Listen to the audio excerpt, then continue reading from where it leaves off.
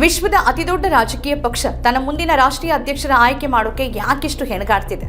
ಒಂದು ಕಾಲದಲ್ಲಿ ಪ್ರಬಲವಾಗಿದ್ದ ಬಿಜೆಪಿಯ ಆಂತರಿಕ ಪ್ರಜಾಪ್ರಭುತ್ವವನ್ನ ಮೋದಿ ಅಮಿತ್ ಶಾ ಜೋಡಿ ದುರ್ಬಲಗೊಳಿಸ್ತಾ ಇದೆಯಾ? ಅದೇ ಹೊತ್ತಲ್ಲಿ ಕಾಂಗ್ರೆಸ್ ತಳಮಟ್ಟದಲ್ಲಿ ಬಲಗೊಳ್ಳೋಕೆ ಮುಂದಾಗಿರುವುದು ಅದರ ಭವಿಷ್ಯದ ರಾಜಕೀಯ ಮಹತ್ವಾಕಾಂಕ್ಷೆಗಳ ಬಗ್ಗೆ ಏನನ್ನ ಹೇಳುತ್ತೆ? ಎಡಪಂಥೀಯ ನಾಯಕತ್ವದಲ್ಲಿನ ಪರಿವರ್ತನೆ ಹೊಸ ಸೈದ್ಧಾಂತಿಕ ಹಾದಿಗೆ ಕಾರಣವಾದೀತಾ? ಬಿಜೆಪಿ ಒಳಗೊಳಗೆ ದುರ್ಬಲವಾಗಿರುವುದು ವಿರೋಧ ಪಕ್ಷಗಳ ಪಾಲಿಗೆ ಅಪರೂಪದ ಅವಕಾಶವನ್ನು ತೆರೆಯುತ್ತಾ? ಬಿಜೆಪಿಯ ಉನ್ನತ ನಾಯಕತ್ವದ ಬಗ್ಗೆ ಆರ್ಎಸ್ಎಸ್ನಲ್ಲಿ ಹೆಚ್ಚುತ್ತಿರುವ ಅಸಮಾಧಾನದ ಪರಿಣಾಮಗಳೇನಾಗಬಹುದು? ಭಾರತೀಯ ರಾಜಕೀಯದಲ್ಲಿ ಹೊಸ ಹಂತವೊಂದರ ಆರಂಭ ಇದಾಗಿದೆಯಾ? ಬಿಜೆಪಿ ರಾಷ್ಟ್ರೀಯ ಅಧ್ಯಕ್ಷರ ಆಯ್ಕೆ ಕಗ್ಗಂಟಾಗಿರುವ ಹಿನ್ನೆಲೆಯಲ್ಲಿ ಈ ಪ್ರಶ್ನೆಗಳ ಬಗ್ಗೆ ಇವತ್ತಿನ ವಿಡಿಯೋದಲ್ಲಿ ನಾವು ಚರ್ಚೆ ಮಾಡೋಣ. ನೀವಿನ್ನೂ ಕೂಡ ನಮ್ಮ ಚಾನೆಲ್ ಅನ್ನು ಸಬ್ಸ್ಕ್ರೈಬ್ ಮಾಡಿಲ್ಲ ಅಂತಾದರೆ ಈಗಲೇ ಈ ವಿಡಿಯೋದ ಕೆಳಗೆ ಕಾಣುವ ಸಬ್ಸ್ಕ್ರೈಬ್ ಬಟನ್ ಹಾಗೆಯೇ ಬೆಲ್ ಐಕನ್ ಒತ್ತಿ ನಮ್ಮನ್ನು ಪ್ರೋತ್ಸಾಹ ಮಾಡಿ. ಈ ವಿಡಿಯೋವನ್ನು ಕೊನೆವರೆಗೂ ನೋಡಿ ನಿಮ್ಮ ಅಭಿಪ್ರಾಯವನ್ನು ಕೆಳಗೆ ಕಮೆಂಟ್ ಮಾಡಿ. ಹಾಗೆಯೇ ಇದರ ಲಿಂಕನ್ನು ನಿಮ್ಮೆಲ್ಲ ಬಂಧು ಮಿತ್ರರಿಗೆ ವಾಟ್ಸಪ್ ಮಾಡಿ. ಈಗ ವಿಚಾರಕ್ಕೆ ಬರೋಣ. ಬಿಜೆಪಿ ಅಸ್ತಿತ್ವಕ್ಕೆ ಬಂದಾಗಿನಿಂದಲೂ ಅದರ ಅಧ್ಯಕ್ಷರ ಆಯ್ಕೆಯಲ್ಲಿ ಪ್ರಮುಖ ಪಾತ್ರ ವಹಿಸ್ತಾ ಇದ್ದಿದ್ದು ಆರ್ಎಸ್ಎಸ್. ಆದರೆ ಮೋದಿ ನಾಯಕತ್ವದಲ್ಲಿ ಅದೆಲ್ಲವೂ ಬದಲಾಯಿತು. ಬಿಜೆಪಿ ತಾನು ಸ್ವತಂತ್ರವಾಗಿ ಎಲ್ಲವನ್ನ ನಿಭಾಯಿಸುತ್ತೆ ಅನ್ನುವಂತೆ ತೋರಿಸಿಕೊಳ್ಳೋದಕ್ಕೆ ಶುರುವಾಯಿತು. ಕಳೆದ ಲೋಕಸಭೆ ಚುನಾವಣೆ ಹೊತ್ತಲ್ಲಿನ ನಡ್ಡಾ ಹೇಳಿಕೆ ಅಂತಹ ಯತ್ನದ ಒಂದು ಭಾಗವೇ ಆಗಿತ್ತು. ಬಿಜೆಪಿ ತುಂಬಾ ಬೆಳೆದಿದೆ, ಅದಕ್ಕೀಗ ಆರ್ಎಸ್ಎಸ್ ಬೆಂಬಲ ಅಗತ್ಯವಿಲ್ಲ ಅಂತ ನಡ್ಡಾ ಹೇಳಿದ್ರು. ಆಮೇಲೆ ಪಕ್ಷ ಹೇಗೆ ಹೊಡೆಸ್ಕೊಳ್ತು ಅನ್ನೋದನ್ನ ವಿಶ್ಲೇಷಣೆ ಮಾಡಿದವರು ಲೋಕಸಭೆ ಚುನಾವಣೆಯಲ್ಲಿ ಬಿಜೆಪಿ ಹಿನ್ನಡೆಗೆ ಆರ್ಎಸ್ಎಸ್ನ ಬೆಂಬಲದ ಕೊರತೆನೇ ಕಾರಣ ಅಂತ ಹೇಳಿದ್ರು. ಪಕ್ಷದೊಳಗಿನವರು ಅದೇ ಮಾತನ್ನ ಹೇಳಿದ್ರು. ಚುನಾವಣೆ ಫಲಿತಾಂಶದ ನಂತರ ಮೋಹನ್ ಭಾಗವತ್ ಅವರಂತೂ ನೆಪವನ್ನ ಹುಡುಕಿ ಮೋದಿಗೆ ಪರೋಕ್ಷ ಪಾಠಗಳನ್ನು ಹೇಳೋಕೆ ಶುರು ಮಾಡಿದ್ರು. ಮೋದಿ ಇತ್ತೀಚೆಗೆ ನಾಗ್ಪುರದಲ್ಲಿರುವ ಆರ್ಎಸ್ಎಸ್ ಪ್ರಧಾನ ಕಚೇರಿಗೆ ಭೇಟಿ ನೀಡಿದ್ದು ಮತ್ತು ಭಾಗವತ್ ಅವರನ್ನ ಭೇಟಿ ಮಾಡಿದ್ದು ಒಂದು ಮಹತ್ವದ ಬೆಳವಣಿಗೆಯಾಗಿ ಚರ್ಚೆಗೆ ಬಂತು. ಆದರೆ ಬಿಜೆಪಿ ಅಧ್ಯಕ್ಷ ಸ್ಥಾನಕ್ಕೆ ಮೋದಿ ಸೂಚಿಸೋರನ್ನ ಒಪ್ಪೋಕೆ ಭಾಗವತ್ ತಯಾರಿಲ್ಲ ಅನ್ನೋದು ಗುಟ್ಟಾಗಿ ಉಳಿದಿಲ್ಲ.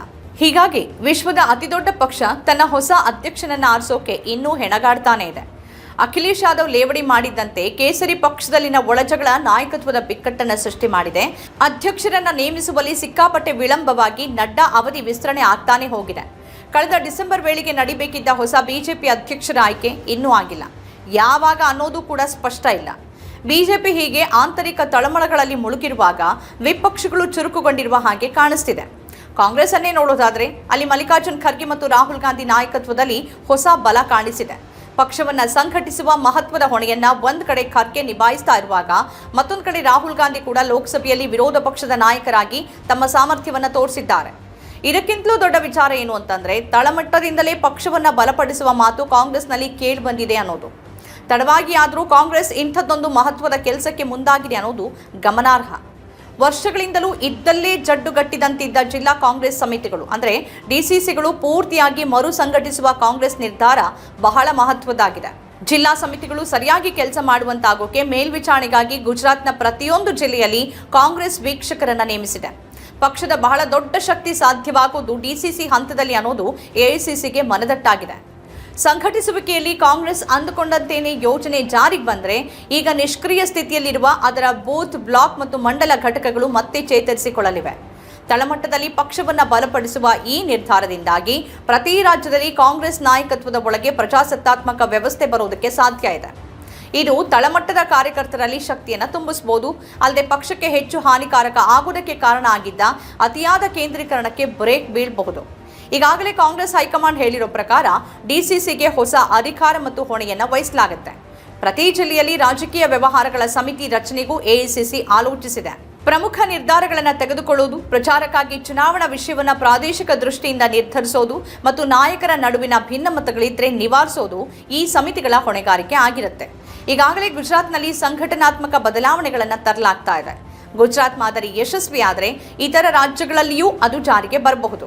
2029ರ ಲೋಕಸಭೆ ಚುನಾವಣೆಗೆ ಮುಂಚಿತವಾಗಿ ಈ ಸಂಘಟನಾತ್ಮಕ ಬದಲಾವಣೆ ತರೋಕೆ ಖರ್ಗೆ ಮತ್ತು ರಾಹುಲ್ ಇಬ್ಬರೂ ಮಹತ್ವದ ಪಾತ್ರ ವಹಿಸಿದ್ದಾರೆ. ಕಾಂಗ್ರೆಸ್ ವಿಚಾರ ಇದಾದರೆ ಎಡಪಂಥೀಯರು ಕೂಡ ದೊಡ್ಡ ಪರಿವರ್ತನೆಯ ಸುಳಿವನ್ನು ತೋರಿಸಿದ್ದಾರೆ. ಎಡಪಂಥೀಯರು ತಮ್ಮ ಅತಿಯಾದ ಕೇಂದ್ರೀಕರಣದ ಬಗ್ಗೆ ಹಲವು ವರ್ಷಗಳಿಂದ ಟೀಕೆಗಳಿಗೆ ತುತ್ತಾಗಿರೋರು. ಈಗ ಮಹತ್ವದ ಬೆಳವಣಿಗೆಯಲ್ಲಿ ಅಲ್ಲಿ ನಾಯಕತ್ವ ಹೊಸ ನಾಯಕರ ಹೆಗಲೇರ್ತಾ ಇದೆ. ಸಿಪಿಎಂನಲ್ಲಿ ಇತ್ತೀಚೆಗೆ ಹಿರಿಯ ನಾಯಕ ಎಂಎ ಬೇಬಿ ಅವರ ಕೈಗೆ ಪಕ್ಷದ ಸಾರಥ್ಯ ಹೋಗಿದೆ. ಪ್ರಕಾಶ್ ಕಾರಟ್ ಮತ್ತು ಬೃಂದಾ ಕಾರಟ್ ಅವರಂತಹ ಅನೇಕ ಹಿರಿಯ ನಾಯಕರು ತಮ್ಮ ಪಾಲಿಟ್ ಬ್ಯೂರೋ ಸ್ಥಾನಗಳಿಂದ ಹಿಂದೆ ಸರಿದು ಹೊಸ ನಾಯಕರಿಗೆ ದಾರಿಯನ್ನು ಮಾಡಿಕೊಟ್ಟಿದ್ದಾರೆ. ಹೀಗೆ ವಿಪಕ್ಷಗಳು ದೊಡ್ಡ ಬದಲಾವಣೆಗೆ ಒಡ್ಡಿಕೊಳ್ಳುತ್ತಿರುವಾಗ ಬಿಜೆಪಿ ಬಳಲ್ತಾ ಇರುವಂತೆ ಕಾಣುತ್ತೆ. ಬಿಜೆಪಿ ಬಲಿಷ್ಠವಾಗಿದೆ ಅಂತ ಮೋದಿ ಶಾ ಜೋಡಿ ತೋರಿಸ್ಕೊಳ್ತಿದ್ರೂ ಕೂಡ ವಾಸ್ತವ ಹಾಗಿಲ್ಲ. ಒಂದು ಕಾಲದಲ್ಲಿ ಪ್ರಬಲವಾಗಿದ್ದ ಅದರ ಆಂತರಿಕ ಪ್ರಜಾಪ್ರಭುತ್ವ ನರೇಂದ್ರ ಮೋದಿ ಅಮಿತ್ ಶಾ ದರ್ಬಾರಿನಲ್ಲಿ ದುರ್ಬಲವಾಗಿರುವುದು ಕಂಡು ಬರ್ತಾ ಇದೆ. ಅದು ದೀರ್ಘಾವಧಿಯಲ್ಲಿ ಪಕ್ಷದ ಮೇಲೆ ಖಂಡಿತವಾಗಿಯೂ ಪರಿಣಾಮ ಬೀರಬಹುದು ಅಂತಾನೆ ಹೇಳಲಾಗ್ತಿದೆ. ಬಿಜೆಪಿಯೊಳಗಿನ ಈ ಬಿಕ್ಕಟ್ಟು ವಿರೋಧ ಪಕ್ಷಗಳ ಪಾಲಿಗೆ ಹೊಸ ಅವಕಾಶವಾಗಿ ಒದಗಿದ್ರೂ ಕೂಡ ಅಚ್ಚರಿ ಏನಿಲ್ಲ. ವಿರೋಧ ಪಕ್ಷಗಳಿಗೆ ಸಮಾನ ಅವಕಾಶ ಸಿಗದೆ ಹೋಗಬಹುದು, ಅದಿನ್ನೂ ದೂರದ ಮಾತು ಅನ್ನೋದು ನಿಜ. ಆದರೆ ವಿಪಕ್ಷಗಳಲ್ಲಿ ಕಾಣ್ತಿರುವ ಬದಲಾವಣೆ ಪರ್ವ ಮತ್ತು ಬಿಜೆಪಿಯ ಒಳಗೆ ನಡೀತಿರುವಂತಹ ಬಿಕ್ಕಟ್ಟು ಹೊಸದೊಂದು ರಾಜಕೀಯದ ಆರಂಭ ಆಗಿರಬಹುದು ಅನ್ನೋ ಕುತೂಹಲವಂತೂ ಮೂಡಿದೆ. ಮೋದಿ ಮತ್ತು ಅಮಿತ್ ಶಾ ಜೋಡಿಯಿಂದಾಗಿ ಬಿಜೆಪಿ ಒಳಗಿನ ಪಾರದರ್ಶಕ ನೇಮಕಾತಿ ನೀತಿ ಹಾಗೂ ಆಂತರಿಕ ಪ್ರಜಾಪ್ರಭುತ್ವ ಮುಗಿದು ಹೋಯಿತು ಅನ್ನುವಂತಹ ವಾತಾವರಣ ಆ ಪಕ್ಷದ ಒಳಗೆ ಸೃಷ್ಟಿಯಾಗಿದೆ. ಕನಿಷ್ಠ ಹೊರಗಿನಿಂದ ನೋಡೋರಿಗೆ ಹಾಗೆ ಕಾಣ್ತಾ ಇದೆ. ಅಂತಹ ಇಮೇಜ್ ಬಿಜೆಪಿ ಪಾಲಿಗೆ ಬಹಳ ದೊಡ್ಡ ಹಿನ್ನಡೆ ಆಗಲಿದೆ.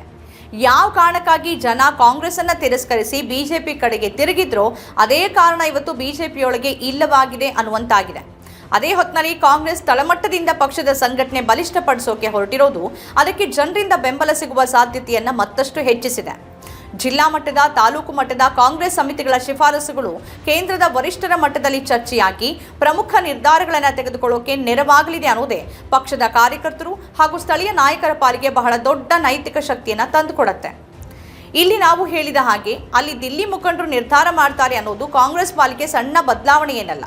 ಅದು ಪಕ್ಷದೊಳಗೆ ತರಬಹುದಾದ ಸಂಚಲನವೂ ಕೂಡ ಸಣ್ಣದಲ್ಲ. ಕಾಂಗ್ರೆಸ್ನೊಳಗೆ ಇದರಿಂದ ದೊಡ್ಡ ಕ್ರಾಂತಿನೇ ಆಗ್ಬಿಡತ್ತೆ ಅಂತ ಹೇಳೋಕ್ಕಾಗೋದಿಲ್ಲ. ಆದರೆ ಇದೊಂದು ಮಹತ್ವದ ಬದಲಾವಣೆ ಅನ್ನೋದ್ರಲ್ಲಿ ಎರಡು ಮಾತಿಲ್ಲ. ಬಿಜೆಪಿಯಲ್ಲಿ ಎಲ್ಲವನ್ನ ದಿಲ್ಲಿಯಲ್ಲಿ ಕೂತ ಇಬ್ಬರು ನಿರ್ಧರಿಸ್ತಾರೆ ಅನ್ನುವಂತಹ ವಾತಾವರಣ ಇರುವಾಗ ಜಿಲ್ಲಾ ಮಟ್ಟದ ನಾಯಕರು ಹೇಳಿದ್ದನ್ನ ಕಾಂಗ್ರೆಸ್ ಹೈಕಮಾಂಡ್ ಆಲಿಸಿ ಆ ಪ್ರಕಾರ ನಿರ್ಧಾರವನ್ನು ತೆಗೆದುಕೊಳ್ಳುತ್ತೆ ಅನ್ನೋದು ಬಹಳ ದೊಡ್ಡ ಬದಲಾವಣೆ.